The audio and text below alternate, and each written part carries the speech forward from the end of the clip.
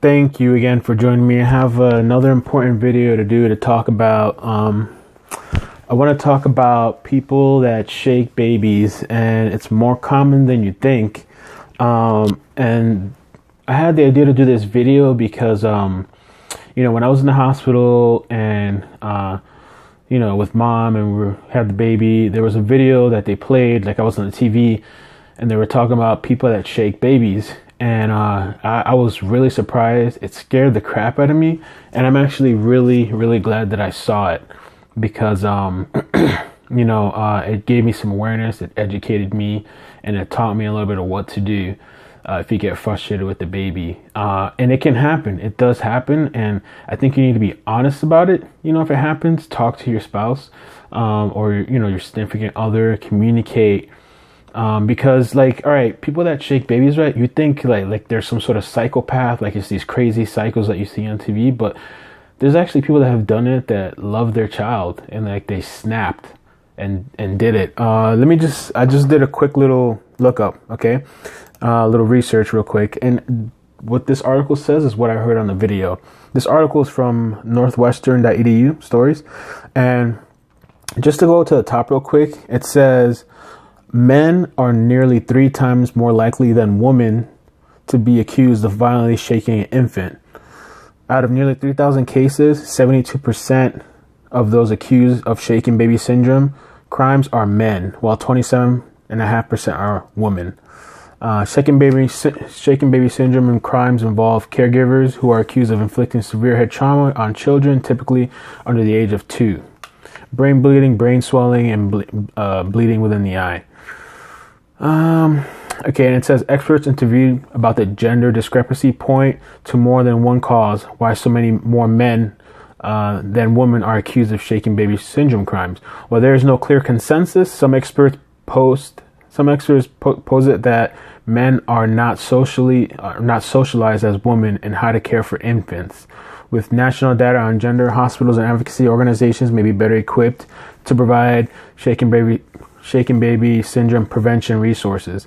And that's what they did at the hospital I was at. They showed us a video. So they say here that men are more likely to shake a baby. And I was thinking to myself, like, why is that? Like, what is the reason for that? And like over here, it says men are not like socially ready to, I guess, socialize to handle care for infants. I don't know that I agree with that. Cause I take part in a lot of taking care of the baby. But what I will say though is I have gotten frustrated, right? Like especially when I was sleep deprived, it's just so easy to get frustrated. Your baby's crying and there's nothing you can do and you've done everything and there's nothing you can do and you just get angry, right? I mean, it's happened to me before. I have to be honest. I've gotten upset. And what I do, and I do this because I learned it from the video. The video said, if you get to the point where you're upset, like you feel it inside, like it's coming inside and like you just feel something building up, put the baby down. I've done this a couple times already. I did it today. Like I got a little upset this morning. She was cranky. She was crying and I was just taking care of her. So I do it. I'm not like in a rage and angry, but I do it when I feel something building up. I just do it early, just for preventative. So I put her down in her little chair. She was still crying, but I put her down and I walked away. I got a glass of water. I calmed down. I literally took like 2 or 3 minutes. And in those 2 or 3 minutes that I walked away and de-escalated, I came back and I said, baby, I'm sorry. I love you. I picked her up. I gave her a hug. And you know what? Like after a few minutes, she calmed down and I was just a lot more, I was a lot more calm and able to handle the situation. I thought, to think more. And what was funny was that when I was soothing her and holding her and everything, she let out this big burp. Sometimes babies, they're crying and let me tell you this, babies always cry for a reason. I used to think before I had a baby that like, they just cry just to cry. And you hear stories of people just leaving their baby crying for hours. I'll put the baby down and she cries. It's normal. Babies cry. So don't feel like it's okay to put the baby down if she cries. But, you hear these stories of like neglect, though, is what I'm talking about, where people like hours and hours leave the baby crying because they just, the baby just wants whatever. The baby's just fussing. Baby's just cry to cry, or don't spoil the baby, But my thought to that is, and what I've learned and what Madison, my daughter, taught me is that they cry for a reason. They always cry for a reason. She either wants attention, she wants love. She's a baby. You know, babies want to feel safe. They want to feel secure. They want to feel your warmth. A lot of times they're hungry. What I learned is they can be hungry. Maybe they need to change the diaper. Maybe they have a stomach ache. They have no other way of communicating besides crying, right? It could be tons of things. There's been times, every time I think I figured out what's wrong with her, sometimes I'm surprised. So today I was surprised because I already burped her and she burped.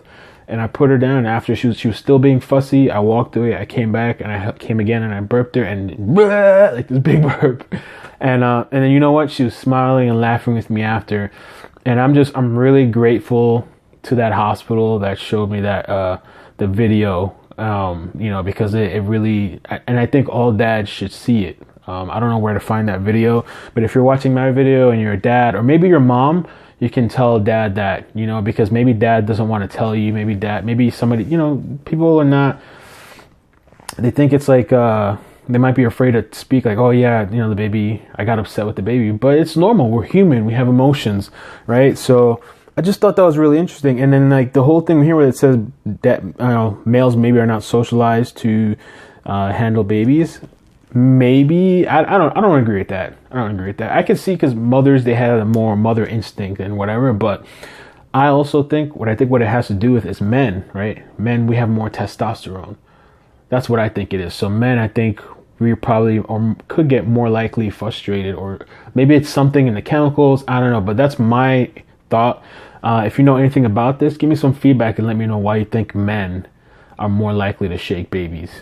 And I just wanted to show you too, for moms and dads. This is another story here. I'm not going to go into, this is a really long story. I'm not going to go into the whole thing, but there was this mom, a mother of a children. Patient says a story. Her own husband shook her 2-month-old daughter, and how they spent the last few years trying to put their lives together. Like, the video that I saw, it had testimonies of dads that were like crying. Like, they're not like evil people. Some of these people are not like evil people. They just let the emotion get the best of them and they snapped. And I guess some people just don't know how to handle it. Like, some people don't have the tolerance and they just, you know, like just snap, you know. So, and it's really sad. It's not even like funny or anything. I would feel horrible like if I did something like that, you know, and I always remind myself of that. Like, I would feel so horrible. You know, I've never gotten to that point of frustration, but I have been frustrated, and preemptively I'll put her down even if she's crying, because what I learned is sometimes with babies, they don't understand what's going on around them. So like sometimes if I'm fixing her bottle and baby's like throwing herself around, she's upset and everything, I'll put her down even if she cries more, because she doesn't know that I'm doing that for her safety. You know, because I don't want to drop her. I don't want her. A lot of times she'll try to like bash her head into my shoulders or my chest, and she hurts herself. So before she starts doing all that thrashing, I put her down. And it's okay if she cries for a minute or two. Like, it's totally okay. You're not a bad parent. You know, you're actually doing good by putting her down and being safe and caring for that baby. Just to go quickly over the story, our daughter was almost 2 months old. I was going out for an afternoon with a friend. I was taking my daughter Tessa while my husband stayed home with our newborn. And I arrived, to see Aaron sleeping on my husband's shoulder. I asked how things were. He said it was a good day. I was happy to see the two had an intimate moment, sharing an intimate moment. Over the next 2 months, because, okay, the thing with the baby shaking syndrome thing, what I read there too, there's symptoms to it. So, like, just because somebody shakes the baby and does this violent thing doesn't mean, like, the baby's going to instantly die. But the baby, let me just read to you some of this, okay. Shaken baby syndrome is abusive head trauma. Shaken impact syndrome, inflicted head injury, whiplash, resulting in forcefully shaken infant or toddler. Shaken baby syndrome destroys a child's brain cells and prevents his or her brain from getting enough oxygen. Shaken baby syndrome is a form of child abuse and can result in permanent brain damage. Let me just tell you the symptoms. I want to share these symptoms with everybody too, so you're aware, you're watching a baby if something's abnormal. Because babies don't just die instantly. I mean, they can, but it's not always the case. These are some of the symptoms: extreme irritability, difficulty staying awake, breathing problems, poor eating, tremors, vomiting, pale and blush skin, seizures, paralysis, and coma. You know, honestly, I don't even like talking about this. Oops, sorry, I hit this thing here. I don't even like talking about this because just thinking about it kind of makes me sad, and I just don't know what I would do. And I just feel for the parents that actually, if you're, how do you handle that? Your significant other does that. And, let me just finish real quick with this story. I had him on speakerphone so I could tend to the baby. He asked me to take it off speaker, so he told me that while I'd been out for the 2 days earlier, he couldn't get Erin to sleep. Okay, so the baby was crying, couldn't get her to sleep. Okay, and he shook her to get her to stop crying. Like, why do people do that? Like, why is that an instinct in parents have to shake a baby to get him to stop crying? He said that he was terrified. He didn't know what to do. So everybody's different. People react to stressful situations differently, and that's how you react to it. He said that all that mattered was that Erin was safe and her medical needs were attended to. So he shook the baby, he did all this, and he thought, okay, I guess the baby's going to be okay. The doctor's office told me to bring him right away. I didn't mention the fact that he had shaken her until we were in the office, and Erin had another seizure. From Erin's pediatrician office, we were in the local hospital where I had to repeat the story of how she'd been injured to a social worker. Erin was tiny, and her veins were difficult to find. They had to run a line on her head, and so they could take blood. This aged me 10 years at least. My poor sweet girl. How could this happen when I was going to wake up from this? When was I going to wake up from this nightmare? The decision to transfer Erin to the Children's Hospital in Boston. I remember that I was not allowed to sit in the back of the ambulance, but instead had to sit in the front of the driver. My thoughts are racing. I consider that from child abuse, and my husband could go to jail. I'm gonna skip. This is a really long story. Let me just skip towards the end. I don't want to take up everybody's time in this video. I just wanted to get the point across.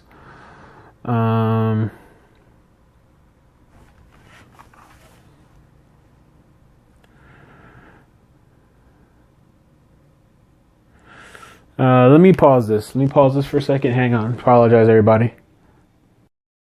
Okay, hey everybody, I'm back. My daughter woke up, so I had to attend to her.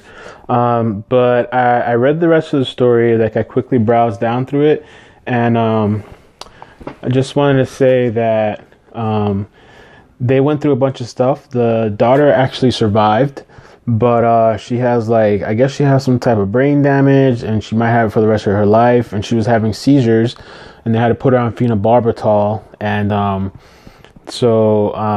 and they said that it might affect her vision. The dad had to do 8 months of what do they call that? He didn't go to jail, but he had to do 18 months or something of probation, I think it was. And they see family. They go to family counselor. And this is what she said.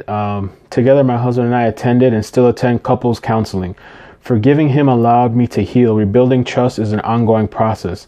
Not everyone agrees with my decision because, some people, it's a really tough thing. I don't know, like, if you're a mom or dad and you went through that and you trust, that's a break of trust. That is a break of trust because you're trusting your significant other to be with your child, So it says here that, they're working through it, but we sit down to a family dinner and I see the love in Tessa and Erin's eyes for their father and mother.